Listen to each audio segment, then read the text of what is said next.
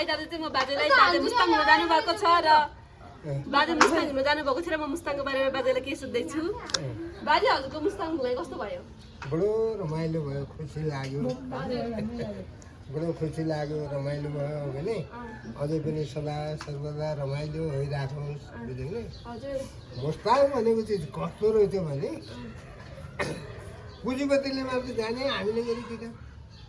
किन 70 रुपियाँ गिलास त चिया खाइयो एउटा एक गिलास चिया 70 रुपियाँ त्यति महँगो ल्यातिर अनि अरू एकदम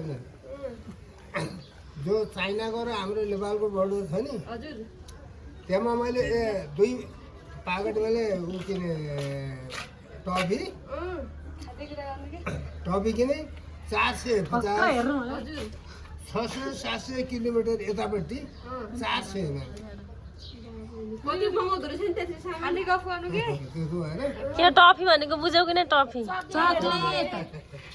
जाडो पनि धेरै थियो नि बाजे के कस्तो थियो जाडो त मलाई त त्यति लागेन है हजुर मैले जाडोमा लाउने कपडा सपडा यहाँ छोरीले किन्दै थिएँ लिएर गएको थिएँ तर मैले लाएन किन जाडो भएन हजुरलाई जाडो भएन यता सुन्न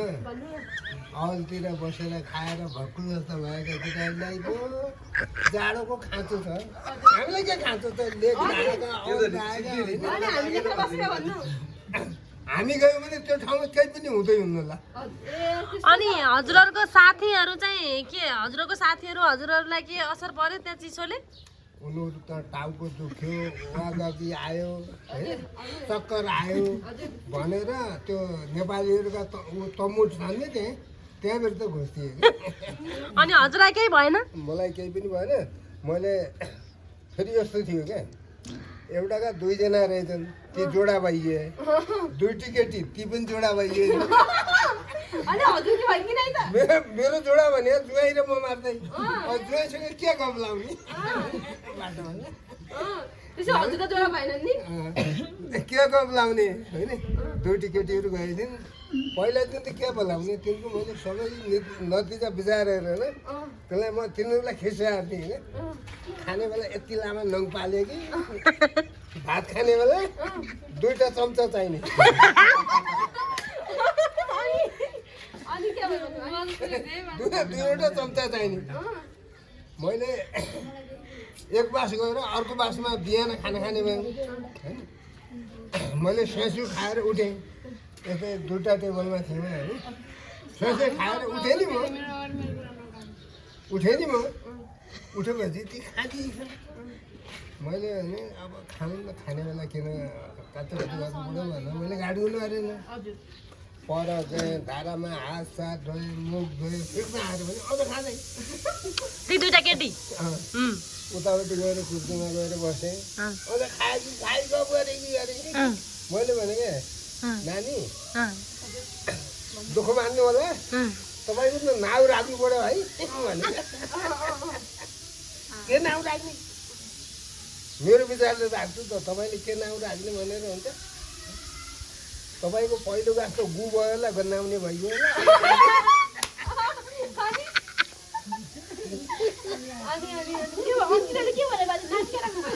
के बोलाउने नाम के राख्नुहुन्छ बुवा भनेको अब झुमा राइजु एउटा गीतको टपिक हो यो गीत पनि छ एउटा त्यसो भए अनि त्यो केटीहरूलाई पटाइदिनु पर्ने त हजुरले त्यो केटीहरूलाई पटाउनु पर्ने पटाउनु नपऱ्यो ठुलो घर छ भन्नुपर्ने बाजे यहाँ घरमेटले पठाइसक्नु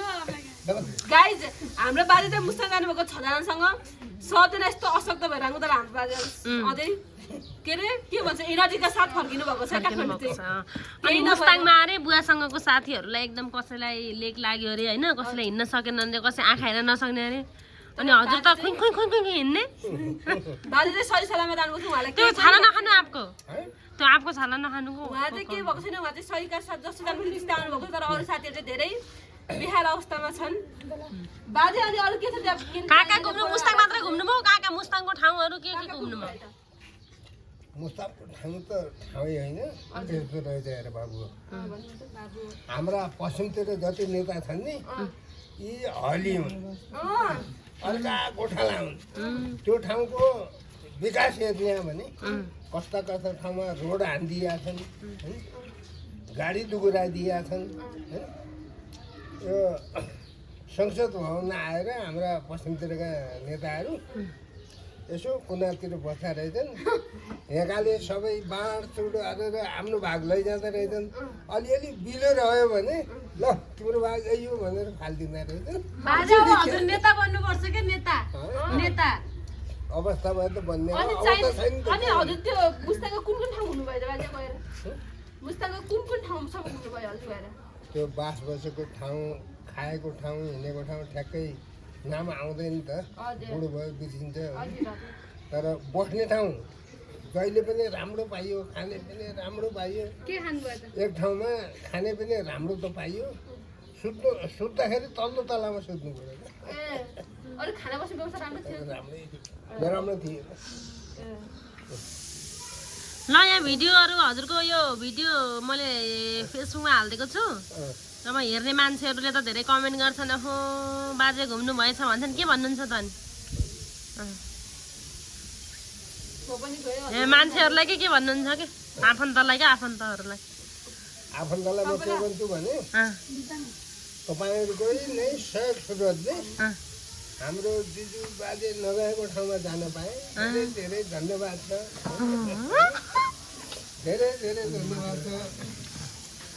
मेरा छोराछोरी नाल नाताहरूलाई कुनै ठाउँमा पनि धक्का नपुगोस् जहाँ गए पनि खानु खेल्नु होस् बस्ने बेला ठेस पनि नलागोस् यता हेर्नु क्यामेरामा हो यहाँ यहाँ मोबाइलमा हेर्ने अनि हजुरलाई एउटा क्वेसन हजुरलाई मुस्ताङ राम्रो लाग्यो कि पोखरा राम्रो लाग्यो हजुर पोखरा पनि घुमेर आउनुभएको नि है